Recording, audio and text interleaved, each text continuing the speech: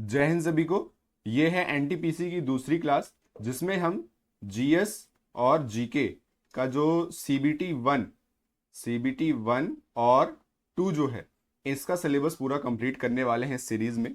पहला video already आ चुका है, तो जिसने भी नहीं देखा हो इस वीडियो को तो देखने के बाद वो वीडियो भी ज़रूर देखिएगा, क्योंकि क्वेश्चन का जो लेवल है बिल्कुल सेम उसी तरीके से है जैसे आपके एग्जाम में पूछा जाता है। ठीक है, और इसमें मैंने मिक्स क्वेश्चन लिए हैं ताकि आपको ये फील रहे कि हाँ, जो जिस तरीके से एनटीपीसी के क्वेश्चन आते हैं वैसे ही, जैसे history, geography, polity, economy, science, games, current affair, static GK, तो इन सब को कवर किया गया है। और आप वीडियो देखने के साथ साथ अपने नोट्स भी बनाते चलिएगा, क्योंकि आपको रिवीजन करने में आसानी होगी। ठीक है, तो चलिए शुरू करते हैं पहले क्वेश्चन के साथ। तो पहला क्वेश्चन है, भारत के संविधान के किस अनुच्छेद में वित्त आयोग का वर्णन किया गया है? मतलब फाइनेंस कमीशन का यहां पर आर्टिकल पूछा गया है। ठीक, फाइनेंस कमीशन का आर्टिकल, तो इसका सही आंसर है 280। आर्टिकल नंबर 280 में फाइनेंस कमीशन की बात की गई है। ठीक, अगर यहां पे बात की जाए 110, तो आर्टिकल नंबर 110 की अगर बात करें तो ध्यान रखिएगा इसमें बताया गया है मनी बिल। मनी बिल के बारे में बताया गया है। एक्स्ट्रा फैक्ट भी आप लिखते चलिएगा। 352 की अगर बात करें तो इसमें बताया गया है इमरजेंसी। इमरजेंसी के बारे में बताया गया है। ठीक है, ये ध्यान रखिएगा। और 214 में बताया गया है क्या? High court. हाई कोर्ट का आर्टिकल है 214। ठीक, और यहीं पे एक और लिख लीजिए 124 124, ये है सुप्रीम कोर्ट का आर्टिकल। ठीक है, अगर इमरजेंसी की बात करें तो ध्यान रखना इमरजेंसी हमने किस देश से ली है, तो इसका सही आंसर होगा जर्मनी। जर्मनी से हमने इमरजेंसी ली है, ध्यान रखिएगा। और अगर यहीं पे अगर पूछ लिया जाता कि फाइनेंशियल इमरजेंसी, फाइनेंशियल वित्तीय आपातकाल, फाइनेंशियल इमरजेंसी की बात करें अगर, तो ध्यान रखिएगा ये हमने कहाँ से लिया है, तो ये हमने लिया है यूएसए। फाइनेंशियल इमरजेंसी जो हमने लिया है यूएसए से लिया है। और नॉर्मल इमरजेंसी अगर आपातकाल पूछते तो क्या बताओगे आप? जर्मनी लिया है। ठीक है, यहाँ पे फाइनेंस कमीशन की बात हुई है तो मैं आपको यहाँ पे बता दूं वित्त आयोग के बारे में थोड़ा सा, कि वित्त आयोग जो बना था ये बना था 1952 में। वित्त आयोग बना था, फाइनेंस कमीशन। और इसके जो फर्स्ट चेयरमैन थे, फर्स्ट चेयरमैन जो थे वो कौन थे? केसी नियोगी। कौन थे? केसी नियोगी जो थे ये इसके फर्स्ट चेयरमैन थे। अभी जो वित्त कमीशन चल रहा है वो कौन सा चल रहा है? 16वां वित्त कमीशन चल रहा है, जिसके चेयरमैन कौन है? अरविंद पनगड़िया जी।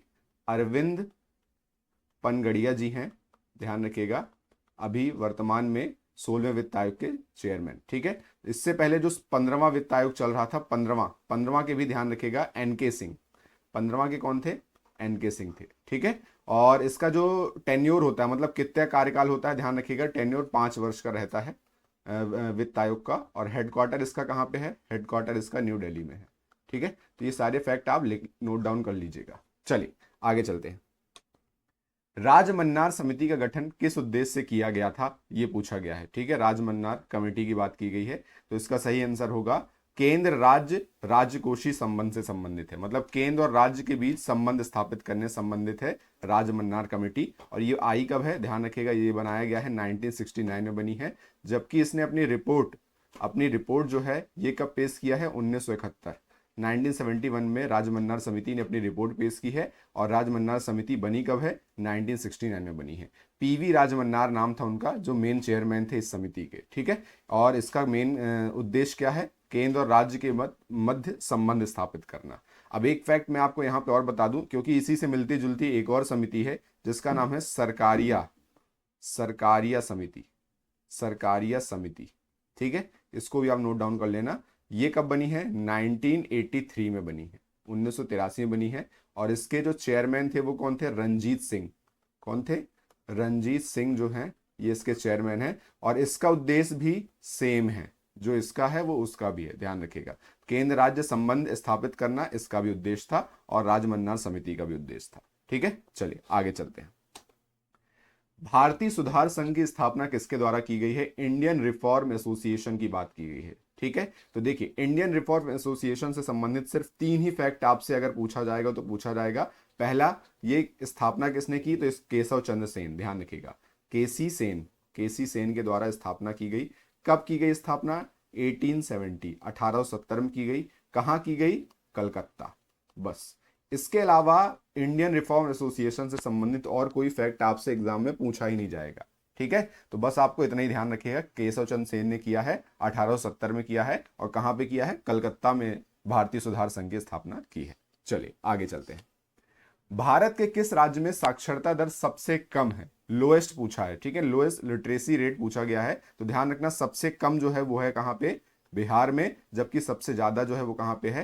केरल में है। अब लिटरेसी रेट की बात हुई है यहां पे, तो मैं आपको लिटरेसी रेट से संबंधित जो जो एग्जाम में प्रश्न आते हैं वो मैं आपको बता देता हूं, ये आप इसको भी नोट डाउन कर लीजिएगा। जैसे लिटरेसी, अगर भारत की लिटरेसी रेट पूछा जाए तो कितने परसेंट है? 73% है। 2011 की जनगणना के अनुसार है, ध्यान रखिएगा, 2011 की सेंसस के अनुसार है, 73% है, ध्यान रखिएगा। और 2001 में 68% था, 2001 में 68% था, और 2011 में 73। पुरुषों की साक्षरता कितनी है? 80.9%, और महिलाओं की कितनी है? 64.6%, ठीक है। जबकि सर्वाधिक साक्षरता वाले राज्य कौन से हैं? पहले नंबर पे आएगा केरल, दूसरे में मिजोरम, तीसरे में गोवा, और चौथे में त्रिपुरा, ठीक है। तो ध्यान रखिए, केरल, मिजोरम, गोवा, त्रिपुरा। आप इसका छोटा सा कोड भी बना सकते हो, केमी गो त्रिपुरा, केमी गो त्रिपुरा, ठीक है। याद करने का तरीका है थोड़ा, ताकि आपको आसानी हो। कई बार वो पहला नंबर ना पूछ के वो सीक्वेंस में पूछ लेता है ना। तो केरल, मिजोरम, गोवा, त्रिपुरा। न्यूनतम साक्षरता ध्यान रखिएगा, बिहार, अरुणाचल प्रदेश और राजस्थान, ठीक है। तो इसका भी आप कोड बना सकते हो, बिहार आरा, बिहार आरा, ध्यान रखना, बिहार आरा। आ से क्या आ जाएगा? अरुणाचल प्रदेश, और रा से हो जाएगा राजस्थान, बिहार आरा। तो इस तरीके से आप थोड़ा याद कर सकते हो, ताकि आपको सीक्वेंस से याद रहे, ठीक है। यूनियन टेरिटरी की बात करें, केंद्र शासित प्रदेशों में सर्वाधिक साक्षरता कहां है? लक्षद्वीप की है, जबकि न्यूनतम कहां की है? दादर व नागर हवेली की है, ठीक है। पुरुष पुरुष सबसे ज्यादा साक्षर कहां पाए जाते हैं? केरल में, और महिला भी केरल में, जबकि न्यूनतम भी कहां आएगा? बिहार, और महिलाओं में भी बिहार आएगा, ठीक है। आगे चलते हैं।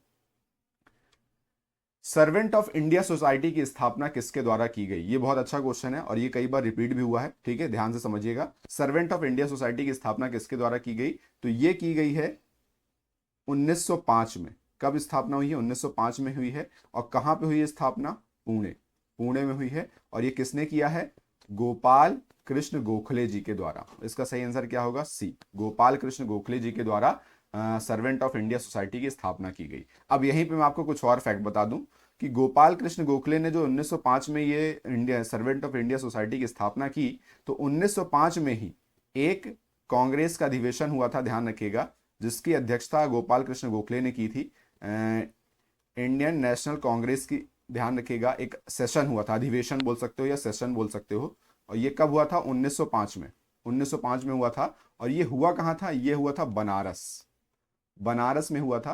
और जिसकी अध्यक्षता किसने की थी? गोपाल कृष्ण गोखले ने की थी। तो ये भी आप ध्यान रखिएगा, दोनों ईयर सेम ही है ना, कि 1905 में अध्यक्षता की है कांग्रेस अधिवेशन की। और इसके अलावा सर्वेंट ऑफ इंडिया सोसाइटी कब बनी है? 1905 में ही बनी है, पुणे में, ठीक है। अब एक और फैक्ट, गोपाल कृष्ण गोखले को अपना पॉलिटिकल पॉलिटिकल गुरु कौन मानता था? ध्यान रखिएगा, पॉलिटिकल गुरु कौन मानता था? तो इसका सही आंसर होगा गांधी जी। गांधी जी के राजनीतिक गुरु हैं कौन? गोपाल कृष्ण गोखले। लेकिन यहीं पर एक और अच्छा फैक्ट मैं आपको बता दूं, गोपाल कृष्ण गोखले ये किसको अपना राजनीतिक गुरु मानते थे? तो ये मानते थे एमजी रनाडे, एमजी रनाडे, ध्यान रखिएगा। तो गोपाल कृष्ण गोखले के राजनीतिक गुरु कौन थे? एमजी रनाडे। जबकि गांधी जी के राजनीतिक गुरु कौन थे? गोपाल कृष्ण गोखले। तो ये दोनों फैक्ट आप ध्यान रखिएगा। मैक्सिमम लोगों को ये फैक्ट तो पता होता है कि गांधी जी के राजनीतिक गुरु कौन है? गोपाल कृष्ण गोखले। लेकिन ये नहीं पता होता कि गोपाल कृष्ण गोखले के राजनीतिक गुरु कौन थे? तो ये थे एमजी रनाडे, ठीक है। गांधी जी के अलावा मोहम्मद अली जिन्ना, मोहम्मद अली जो जिन्ना थे, इनके भी राजनीतिक गुरु गोपाल कृष्ण गोखले ही थे। ये भी आप ध्यान रखिएगा, गांधी जी के अलावा मोहम्मद अली जिन्ना के भी राजनीतिक गुरु जो थे वो गोपाल कृष्ण गोखले ही थे, ठीक है। चलिए आगे चलते हैं। उत्तरी मैदानों का निम्न में से कौन सा क्षेत्र सर्वाधिक उपजाऊ है? ये प्रश्न है, बहुत अच्छा प्रश्न है, ध्यान से समझिएगा। एक बार आप समझ लोगे आपको हमेशा याद रहेगा। देखिए, उत्तरी मैदानों की बात की गई है। और अब नॉर्थ इंडिया की हम बात करें तो आपको पता है कि क्या है? हिमालय, हिमालय। और हिमालय से ही मैक्सिमम नदियां निकलती हैं, ठीक है। जब नदियां निकलेंगी तो सबसे पहले क्या बनाएंगी? भाबर। सबसे पहले क्या बनाएंगी? भाबर। तो भाबर जो है ये कृषि एग्रीकल्चर के लिए बिल्कुल भी नहीं, यहाँ पे कोई उपजाऊ पत्थर वगैरह होता है, ठीक है ना, तो ये बिल्कुल भी उपयोगी नहीं होता। फिर आता है तराई। तराई जो है, तराई क्षेत्र भी यहां से पूरा ढलान रहता है, तो यहाँ ये भी कोई उपयोगी वाला नहीं है कृषि के लिए, एग्रीकल्चर के लिए ये भी उपयोगी नहीं है। अब बचता है भांगर और खादर। तो ध्यान रखिएगा, सबसे उपजाऊ पूछा है यहाँ पे, सर्वाधिक उपजाऊ मतलब मोस्ट फर्टाइल, ध्यान रखिएगा। तो इसका सही आंसर होगा खादर, ध्यान रखिएगा। ठीक, क्योंकि नदियों के बिल्कुल किनारे वाला जो ये मिट्टी होती है ना, ये सबसे ज्यादा उपजाऊ होती है। अगर यहाँ पे आप बीज छिड़क भी दोगे ना तो अपने आप वो उगाएंगे। तो कहने का मतलब यहाँ पर ये है कि खादर जो है वो सबसे ज्यादा उपजाऊ होती है, और खादर के बाद जो सेकंड उपजाऊ है वो है भांगर। ठीक है, ये वाला जो है आपका, तो ये आप ध्यान रखिएगा। चलिए आगे चलते हैं। निम्नलिखित में से किस स्थान पर भारतीय राष्ट्रीय कांग्रेस ने पूर्ण स्वराज की मांग की थी? यह भी बहुत अच्छा प्रश्न है कि निम्नलिखित में से किस स्थान पर भारतीय राष्ट्रीय कांग्रेस ने पूर्ण स्वराज की मांग की है? तो पूर्ण स्वराज की मांग हुई है, ध्यान रखिएगा, कहां पे? 1929 में लाहौर में हुई है। कहां हुई है? लाहौर में हुई है। और किसने की थी मांग? तो ये की थी नेहरू जी के द्वारा ये मांग की गई थी। ठीक है, तो ध्यान रखिएगा, इसका सही आंसर होगा लाहौर। लाहौर में पूर्ण स्वराज की मांग की गई है। इसी से मिलता जुलता एक और सवाल बनता है कि पूर्ण स्वाधीनता की मांग कब की गई? पूर्ण स्वाधीनता की मांग कब की गई? तो इसका आंसर होगा 2 साल पहले, 1927 में। ध्यान रखिएगा, किसने किया है? एम ए अंसारी के द्वारा ये मांग की गई थी। और ये मांग हुई कहां पे थी? ये आपको ध्यान रखना है, मद्रास में ये मांग की गई थी। पूर्ण स्वाधीनता की मांग कहां पे की गई थी? मद्रास में की गई थी। तो ये भी आपको ध्यान रखिएगा। ठीक है, अब यहां पे एक शब्द है स्वराज। देखिए, स्वराज से मिलते जुलते बहुत सारे फैक्ट बनते हैं, ध्यान से समझिएगा। स्वराज की जब हम बात करते हैं तो पहला फैक्ट, हिंद स्वराज बुक किसकी है? हिंद स्वराज अगर बुक पूछा जाए तो हिंद स्वराज बुक जो है ये गांधी जी की बुक है। ठीक है, फिर अगर आपसे पूछा जाए कि स्वराज शब्द का प्रयोग, स्वराज शब्द जो है सबसे पहले फर्स्ट टाइम किसने यूज किया था? ध्यान रखिएगा, तो वो है कौन? दयानंद सरस्वती जी हैं। ये स्वराज शब्द इन्होंने सबसे पहले प्रयोग किया था। ये भी आप ध्यान रखिएगा। ठीक है, अगर यहां पे एक और फैक्ट पूछा जाए कि स्वराज, इसका आप कमेंट बॉक्स में आंसर करिएगा कि स्वराज मेरा जन्म सिद्ध अधिकार है। स्वराज मेरा जन्म सिद्ध अधिकार है, ये किसका कथन है? आप मुझे कमेंट करके बताइएगा। स्वराज मेरा जन्म सिद्ध अधिकार है, तो ये भी आप ध्यान रखिएगा। ठीक है, चलिए आगे चलते हैं। घाट प्रभा और माल प्रभा किसकी सहायक नदियां हैं? ये पूछा गया है, तो इसका सही आंसर है कृष्णा की सहायक नदियां हैं घाट प्रभा और माल प्रभा। इसके अलावा दो और मैं आपको बता दूं कृष्णा की सहायक नदियां, एक है तुंगभद्रा, ये भी कृष्णा की है, और एक है भीमा। ये भी बहुत इंपॉर्टेंट है, भीमा पूछी गई है एग्जाम में, ध्यान रखिएगा। भीमा जो है ये रिवर पूछी गई है। तुंगभद्रा और भीमा ये भी कृष्णा की ही सहायक नदियां हैं। ठीक है, कृष्णा की अगर बात करें तो कृष्णा जो है ये महाराष्ट्र के महाबलेश्वर से निकलती है। महाबलेश्वर से निकलती है और बे ऑफ बंगाल में जाके गिर जाती है। ठीक है, और इसकी जो लेंथ है वो कितनी है? 1400 किलोमीटर। 1400 किलोमीटर है इसकी लेंथ। और इसमें सबसे इंपॉर्टेंट जो डैम बना हुआ है ये भी आप ध्यान रखिएगा, वो कौन सा है? नागार्जुन सागर डैम है, जो कहां पे आता है? हैदराबाद में आता है। तो ये भी आप ध्यान रखिएगा। ठीक है, तो नागार्जुन सागर डैम ये एग्जाम में कई बार आ भी चुका है। चलिए आगे चलते हैं। भारत का पहला समाचार पत्र किसने शुरू किया था? ठीक है, ये इसमें अब कुछ फैक्ट मैं आपको बता देता हूं, बहुत अच्छे फैक्ट हैं। पहला 1780 में ध्यान रखिएगा, जेम्स हिक्की के द्वारा क्या चालू किया गया? बंगाल गजट। क्या चालू किया गया? बंगाल गजट चालू किया गया। किस लैंग्वेज में? इंग्लिश लैंग्वेज में। ठीक है, और बंगाल गजट ध्यान रखिएगा, ये जो चालू किया था जेम्स हिक्की, ये कहां के थे? आयरलैंड के थे। किस देश के थे ये? आयरलैंड के थे। और बंगाल गजट को पहली बार फर्स्ट टाइम किस इंडियन ने चालू किया था? इंडियन की अगर बात करें, मतलब किस भारतीय ने चालू किया था, तो उस भारतीय का नाम था गंगाधर भट्टाचार्य के द्वारा ये चालू किया था। गंगाधर ही शक्तिमान है। ठीक है, तो ध्यान रखिएगा, गंगाधर भट्टाचार्य के द्वारा पहली बार बंगाल गजट को चालू किया गया था। और ये कब चालू किया गया था? तो 1816 की बात है, ये ध्यान रखिएगा, जब गंगाधर भट्टाचार्य ने ये चालू किया था। तो 1780 में जेम्स हिक्की ने बंगाल गजट निकाला था, जो कि इंग्लिश लैंग्वेज में पहला न्यूज़पेपर था भारत का।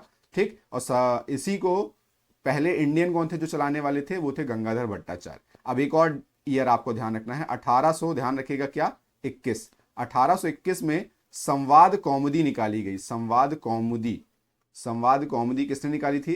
राजा राम मोहन राय, राजा राम मोहन राय के द्वारा निकाली गई थी। किस लैंग्वेज में? बंगाली लैंग्वेज में निकाली गई थी। अब 1826 में पहला हिंदी समाचार पत्र आएगा, पहला हिंदी समाचार पत्र आएगा 1826 में, जिसका नाम क्या है? उदंड मार्तंड, उदंड मार्तंड। और ये निकाला किसने था? जुगल किशोर, जुगल किशोर जी के द्वारा ये निकाला गया था। ये भी आप ध्यान रखिएगा। तो 4 सन मैंने आपको यहां पे बताए हैं कि 1780 में जेम्स हिक्की ने बंगाल गजट निकाला, जो कि पहला न्यूज़पेपर था। और जेम्स हिक्की कहाँ के थे? आयरलैंड के थे। जबकि फर्स्ट इंडियन जो थे जिन्होंने बंगाल गजट को संपादित किया था वो थे गंगाधर भट्टाचार्य। इन्होंने कब किया था? 1816 में। और 1821 में संवाद कौमुदी निकाली गई थी, किसके द्वारा? राजा राम मोहन राय जी के द्वारा निकाली गई थी। और 1826 में पहला हिंदी समाचार पत्र निकाला गया, उदंड मार्तंड, किसके द्वारा? जुगल किशोर के द्वारा। तो यहां पे पूछा गया है पहला समाचार पत्र किसने शुरू किया था, तो इसका सही आंसर क्या होगा? जेम्स हिक्की, जेम्स हिक्की के द्वारा ही ये पहला समाचार पत्र शुरू किया गया था, बंगाल गजट। चलिए, तीसरी बौद्ध परिषद किस शहर में आयोजित की गई थी? ठीक है, ये पूछा गया है, तो इसका सही आंसर क्या होगा? पाटलिपुत्र। अब देखिए, ये तीसरी, आपको पता होगा कि बौद्ध परिषदें जो हुई हैं वो 4 हुई हैं। ठीक है, 4 बौद्ध सभाएं हुई हैं। अब मैं आपको एक छोटा सा तरीका बता दे रहा हूं, आपको जीवन में कभी भी ये भूलेगा नहीं, और हमेशा आपको यहां से प्रश्न आते तो हैं ही, और एक भी आप प्रश्न गलत नहीं करोगे। तो आपको बस करना क्या है, जो मैं बता रहा हूं उसको आप नोट डाउन कर लीजिए, एक बार में आपका पूरा का पूरा ये खत्म हो जाएगा। ठीक है, चलिए, तो देखिए, आपको करना क्या है कि एक छोटा सा कोड है, उस कोड को याद कर लेना है। पहला, आप लिखते भी चलिएगा, कोड है राम वैकास पामो ककवा। ठीक है, राम वैकास पामो ककवा। तो पहला तो हमको देखना है स्थान, किस स्थान पे हुआ पहली बौद्ध संगीति। ठीक है, और किसके शासनकाल में हुआ, किसके शासनकाल में हुआ। और तीसरी जो चीज होती है, अध्यक्ष कौन बना। ठीक है, मतलब चेयरमैन कौन बना उसका। तो ये हमको वो करना है। ठीक, अब ध्यान से समझिएगा। रा से, तो रा से ध्यान रखिएगा, राजगृह पहली कहां पे हुई? राजगृह में हुई। अब यहां पे बड़ा आ की मात्रा आ रही, तो ध्यान रखिएगा, आ से आ जाएगा अजात शत्रु, अजात शत्रु, अजात शत्रु। मां से क्या आ जाएगा? महाकश्यप। अध्यक्षता किसने की? महाकश्यप ने की, ध्यान रखिएगा, महाकश्यप। ठीक, फिर आता है वैकास, तो वै से आ जाएगा वैशाली। दूसरी बौद्ध संगीति कहां हुई? वैशाली में हुई।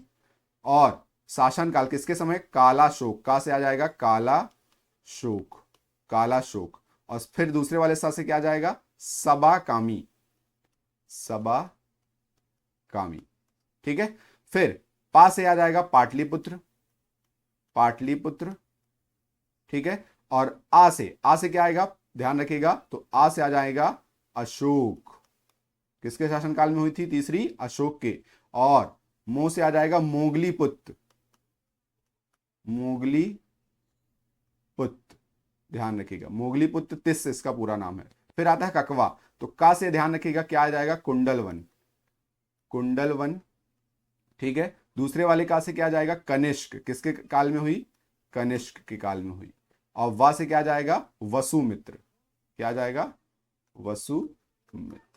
ठीक है, तो ये आपको ध्यान रखिएगा। इसमें एग्जाम में सबसे ज्यादा जो प्रश्न बनते हैं वो स्थान से ही पूछते हैं कि पहली जो बौद्ध संगीति हुई कहाँ हुई? राजगृह में हुई। किसके शासनकाल में हुई? अजात शत्रु के शासनकाल में हुई। और किसने अध्यक्षता की? महाकश्यप ने अध्यक्षता की पहली बौद्ध संगीति की। फिर दूसरा के यहाँ पे हुई? वैशाली में हुई।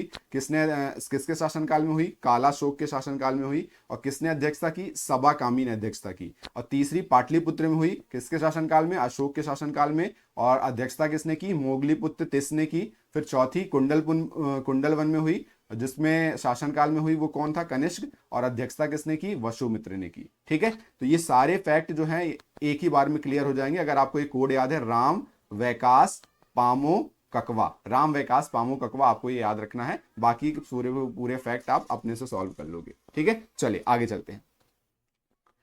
मानव शरीर में रक्त का थक्का किस विटामिन की कमी से बनता है? ब्लड क्लॉट्स की बात हो रही है, ब्लड क्लॉटिंग किसकी वजह से होता है? तो इसका सही आंसर क्या होगा? विटामिन के। विटामिन के की वजह से, कमी की वजह से रक्त का थक्का बनता है बॉडी में, ध्यान रखिएगा। विटामिन डी की कमी से क्या होता है? तो ध्यान रखिएगा, रिकेट्स। क्या होता है? रिकेट्स रोग होता है हड्डियों में, ध्यान रखिएगा। विटामिन ई की कमी से क्या होता है? एनीमिया, एनीमिया होता है, विटामिन ई की कमी से एनीमिया। विटामिन सी की कमी से क्या होता है, स्कर्वी रोग, स्कर्वी रोग, स्किन में होता है स्कर्वी रोग, ठीक है, तो ये भी ध्यान रखिएगा। आगे चलते हैं।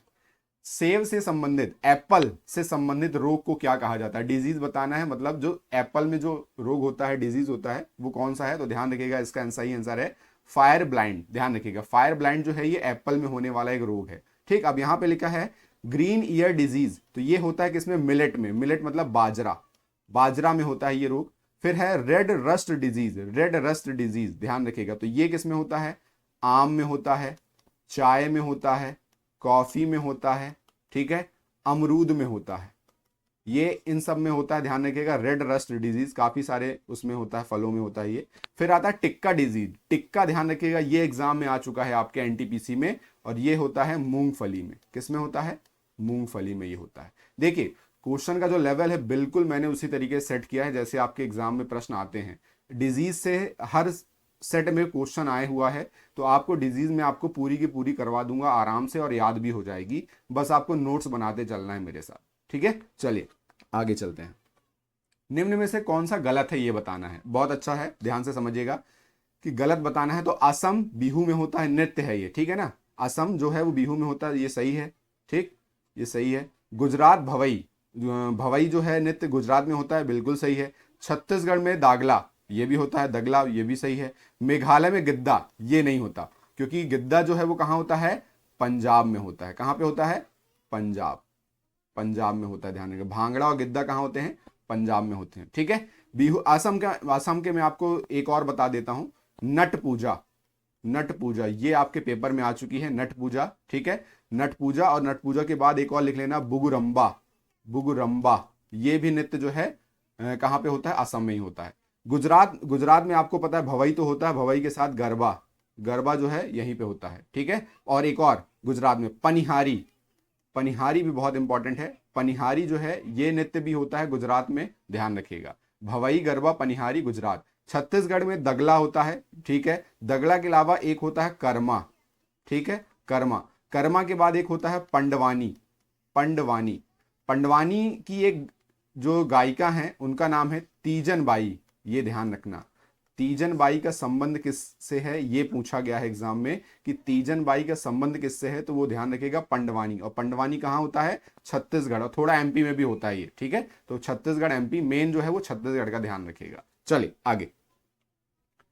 अंतरराष्ट्रीय अनुवाद दिवस किस दिन मनाया जाता है ये पूछा गया है, इंटरनेशनल ट्रांसलेशन डे पूछा गया है, तो इसका सही आंसर होगा 30 सितंबर को अंतरराष्ट्रीय अनुवाद दिवस मनाया जाता है।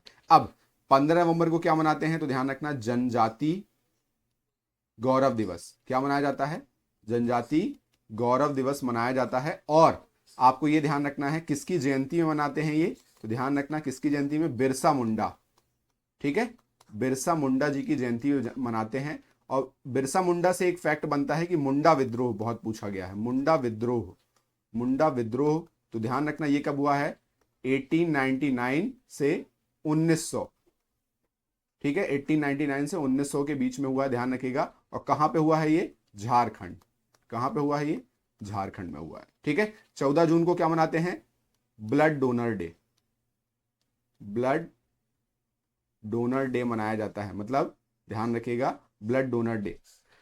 2 दिसंबर को क्या मनाते हैं, कंप्यूटर, कंप्यूटर डे मनाया जाता है 2 दिसंबर, ठीक है। तो जो जो फैक्ट बता रहा हूं इसको लिखते चलिएगा, यकीन मानिए कि जितने भी फैक्ट बता रहा हूं सब इंपॉर्टेंट है, कोई भी फालतू का फैक्ट नहीं है, जो फालतू का है मैं वो बताते ही नहीं हूं। चलिए आगे।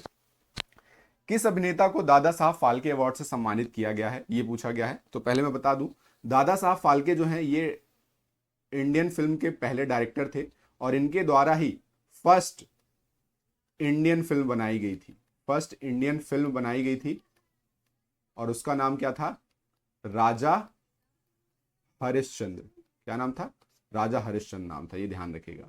और इन्हीं के नाम पे अवार्ड चालू किया गया है, दादा साहब फाल्के अवार्ड। और ये कब से स्टार्ट हुआ है, ध्यान रखिएगा, तो ये स्टार्ट हुआ है 1969 से स्टार्ट हुआ है। और फर्स्ट अवार्ड जो दिया गया है ये दिया गया था देविका रानी को, किसको दिया गया है, देविका रानी जी को दिया गया था पहला दादा साहब फाल्के अवार्ड। और अगर बात की जाए अभी वाला, तो ध्यान रखना 74 नंबर का दिया गया है 2024 में, किसको दिया गया है, मिथुन, ध्यान रखना मिथुन चक्रवर्ती जी को दिया गया है, तो इसका सही आंसर क्या होगा, मिथुन चक्रवर्ती। यहीं पे एक और ध्यान रखना, 73 मतलब 2023 का जो दिया गया था वो किसको दिया गया था, रेखा, रेखा जी को दिया गया था। कई बार वो पुराना ही पूछ लेता है, ठीक है, तो थोड़ा हमको पुराना भी कवर करता चलना है क्योंकि करंट से मिलता जुलता है ये, ठीक है। आगे, किस राज्य के 3 गांवों को केंद्र सरकार द्वारा सर्वश्रेष्ठ पर्यटन गांव का खिताब दिया गया, तो इसका सही आंसर है मध्य प्रदेश। मध्य प्रदेश के 3 गांवों को दिया गया है, ठीक है। एक का नाम है प्रतापपुरा, प्रतापपुरा, ठीक है, सॉरी सॉरी सॉरी, प्रतापपुरा नहीं है। एक का नाम है लाड़पुरा, लाड़पुरा। एक का नाम है प्राणपुरा, प्राणपुरा। और एक का नाम है सोहरियाय, ठीक है, तो ये लिख लीजिएगा। चलिए आगे, किस राज्य की सरकार के द्वारा देसी गाय को राज्य माता घोषित किया गया है, ध्यान रखें, काऊ को एज द स्टेट मदर घोषित किया गया है, तो ये किसने किया है, महाराष्ट्र के सीएम एकनाथ शिंदे जी के द्वारा किया गया है, ठीक है, तो ये ध्यान रखिएगा। आगे, शहरी सूचकांक, शहरी शासन सूचकांक मतलब अर्बन गवर्नेंस इंडेक्स में पहले नंबर पे शीर्ष में कौन सा राज्य रहा है, तो इसका सही आंसर है केरल। चलिए आगे, निम्नलिखित में से किस देश में पहला खो खो वर्ल्ड कप 2025 आयोजित किया जाएगा, तो खो खो वर्ल्ड कप कहां होगा, पहली बार होने वाला है, और कहां पे होने वाला है, भारत में होने वाला है, ये ध्यान रखिएगा। और ये अलग अलग जगह पे होगा, तो जगह अभी डिसाइड नहीं है, ठीक है, वो जब हो जाएगी तो आपको बता दिया जाएगा। अभी बस इतना ध्यान रखिएगा कि भारत में होने वाला है 2025 का खो खो वर्ल्ड कप। आगे, नागालैंड में आयोजित 25वें हॉर्नबिल महोत्सव के लिए किस देश के साथ साझेदारी की गई है, ये पूछा गया है। 25वें हॉर्नबिल महोत्सव के लिए किस देश के साथ साझेदारी की गई है, तो इसका सही आंसर है वेल्स। अब देखिए, इसी क्वेश्चन से बहुत सारे आंसर आपके बन रहे हैं कि हॉर्नबिल फेस्टिवल कहां मनाया जाता है, तो ये मनाया जाता है नागालैंड में मनाया जाता है, ठीक। और हाल ही में कौन सा मनाया गया, ये 25वां मनाया गया। और पहली बार किसके साथ साझेदारी की गई है इसके लिए, तो ध्यान रखना वेल्स, ठीक है, वेल्स के साथ साझेदारी की गई है। आगे चलते हैं, निम्न में से कौन सा एक उत्तर भारतीय नृत्य है, उत्तर भारतीय मतलब नॉर्थ इंडियन डांस बताना है यहाँ पे, इसमें से कौन सा है, तो कथकली कहाँ होता है भाई, ये होता है केरल में होता है। मणि, तो ये तो नहीं होगा, ठीक। मणिपुरी कहाँ होगा, मणिपुर में होगा, ये मणिपुर में होगा। उड़ीसी कहाँ होगा, ये उड़ीसा में होगा, ठीक है, तो ये भी नहीं है। कथक जो होता है ये यूपी प्लस राजस्थान में होता है, ध्यान रखना। तो सही आंसर क्या होगा, कथक, ठीक है। तो उत्तर नॉर्थ इंडियन डांस कौन सा है इसमें से, कथक है। चलिए आगे, भारत की ये राष्ट्रीय आय का मुख्य स्रोत क्या है, नेशनल इनकम का जो सोर्स है इंडिया में वो सबसे ज्यादा क्या है, मेन, तो ध्यान रखिएगा। मैक्सिमम लोगों को लगेगा कि इसका सही आंसर होगा कृषि, एग्रीकल्चर, लेकिन नहीं। ध्यान रखिएगा, एग्रीकल्चर के मामले में, इनकम के मामले में एग्रीकल्चर पीछे हो चुका है। अब ये केवल इनकम के मामले में एग्रीकल्चर जो है वो 19% है। उद्योग के क्षेत्र में ध्यान रखिएगा कितना है, 27% है। जबकि सबसे ज्यादा जो है वो सेवा क्षेत्र में देता है इनकम, वो है कौन सा, 52%। सेवा क्षेत्र में परिवहन वगैरह, ट्रांसपोर्ट वगैरह सारी चीजें इसी में आएंगी। तो इसका सही आंसर क्या होगा, सेवा क्षेत्र। मैक्सिमम लोगों को कंफ्यूजन हो सकता है एग्रीकल्चर से, लेकिन इसमें आप गड़बड़ मत करिएगा, इसका ध्यान रखिएगा कि सबसे ज्यादा जो नेशनल इनकम जाती है वो सेवा क्षेत्र से जाती है, ठीक है। चलिए, अब व्यापार क्षेत्र का बिल्कुल भी परसेंटेज आपको ध्यान नहीं रखना है क्योंकि ये आपसे एग्जाम में कभी नहीं पूछा जाएगा। चलिए, भारत सरकार द्वारा नवीन औद्योगिक इंडस्ट्रियल पॉलिसी बताना है, ठीक है, न्यू इंडस्ट्रियल पॉलिसी की घोषणा कब की गई है, तो इसका सही आंसर होगा, ध्यान रखिएगा, 1991 और 24 जुलाई 1991 को न्यू इंडस्ट्रियल पॉलिसी आई थी। जबकि फर्स्ट इंडस्ट्रियल पॉलिसी जो आई थी वो 1948 में आई थी, 1948 में आई थी, तो ये भी आप लिख लीजिएगा। चलिए आगे चलते हैं, निम्नलिखित में से कौन सी पुस्तक कालिदास द्वारा नहीं लिखी गई है। देखिए, कालिदास की रचनाएं एग्जाम में बहुत ज्यादा पूछी जाती हैं, ठीक है, तो मैं आपको एक थोड़ा सा बता देता हूं कि किस तरीके से कालिदास की रचनाओं को आप याद करोगे। एक बार में आपको सारी की सारी रचनाएं याद हो जाएंगी। बस आपको करना क्या है, एक छोटा सा कोड याद करना है। कोड है रिमेकर एमबीए, रिमेकर एमबीए। तो री से आ जाएगी कौन सी रचना इनकी, ऋतु संहार, ऋतु संहार। में से आ जाएगी मेघदूतम, मेघदूतम। का से आ जाएगी कुमार संभवम, ठीक है, कुमार संभवम। रा से आ जाएगी रघुवंशम, ठीक है। एम से आ जाएगी मालवी काग्नि मित्रम, मालवी काग्नि मित्रम, ठीक है। बी से कौन सी आ जाएगी, विक्रमो वंशियम, विक्रमो वंशियम, ठीक है। और ए से आ जाएगी अभिज्ञान शाकुंतलम, अभिज्ञान शाकुंतलम, ठीक है। तो ये कालिदास की रचनाएं हैं। रिमेकर, इसका कोड याद कर लीजिएगा, रिमेकर एमबीए। इनको मैं अलग अलग क्यों दिखाऊं तो ध्यान से समझिएगा। रिमे मतलब ऋतु संहार और मेघदूतम जो है ये क्या है, खंड काव्य, ऐसे सवाल भी आते हैं, खंड काव्य है ये। और कुमार संभवम और रघुवंशम क्या है, ये महाकाव्य है, क्या है ये, महाकाव्य है। जबकि एमबीए मतलब मालवी काग्निमित्रम, विक्रमो वंशियम और अभिज्ञान शाकुंतलम ये क्या है, तो ये ध्यान रखिएगा ये नाटक है, ठीक है, ये नाटक है। तो ये तीनों आपको अलग अलग डिवाइड करके ध्यान रखना है कि रिमेकर एमबीए, रिमेकर एमबीए, रिमेकर एमबीए, ये आपको ध्यान रखना है, ठीक है। अब एक चीज और, अगर यहां पे प्रश्न ऐसे बन जाए कि अगर आपसे पूछा जाए कि कालिदास का पहला नाटक कौन सा है, तो देखिए नाटक मैंने आपको बताया मालवी काग्निमित्रम, विक्रमोवंशियम, अभिज्ञान शाकुंतलम। तो पहला नाटक पूछेगा तो सीधे आपको जाना है मालवी काग्निमित्रम, इसका सही आंसर होगा। पहला महाकाव्य पूछेगा तो कुमार संभवम, पहला खंड काव्य पूछेगा तो ऋतु संहार। बिल्कुल सीक्वेंस से भी ये कोड है, आपको कोड बस याद करना है, रिमेकर एमबीए, बस और कुछ नहीं, ठीक है। तो इसका सही आंसर अगर पूछा जाए कालिदास की रचना कौन सी नहीं है, तो इसका सही आंसर है मृच्छकटिकम। मृच्छकटिकम किसकी रचना है, तो ध्यान रखना शूद्रक, शूद्रक की रचना है ये, ठीक है। तो ये हो गया आपका डन। अब मुझे आप कमेंट करके बताइएगा कि ये आपको वीडियो कैसा लगा। और हाँ, एक और चीज मैं आपको बता देता हूं कि अगर आपको थोड़ा सा भी ये वीडियो हेल्पफुल लगा हो, आपके काम के लायक हो, तो कमेंट तो करिएगा ही, साथ में सब्सक्राइब भी कर लेना, है ना, थोड़ा मुझे भी मोटिवेशन मिल जाएगा, क्योंकि इसके अलावा और कोई तो कुछ है नहीं मोटिवेट करने के लिए कि मैं भी मोटिवेट होकर आपके लिए काम कर पाऊँ। तो बस यही है, बोलूँगा कि सब्सक्राइब कर लेना अगर मेरा वीडियो अच्छा लगा हो आपको, ठीक है। तो चलिए मिलते हैं अगले वीडियो में, जय हिंद।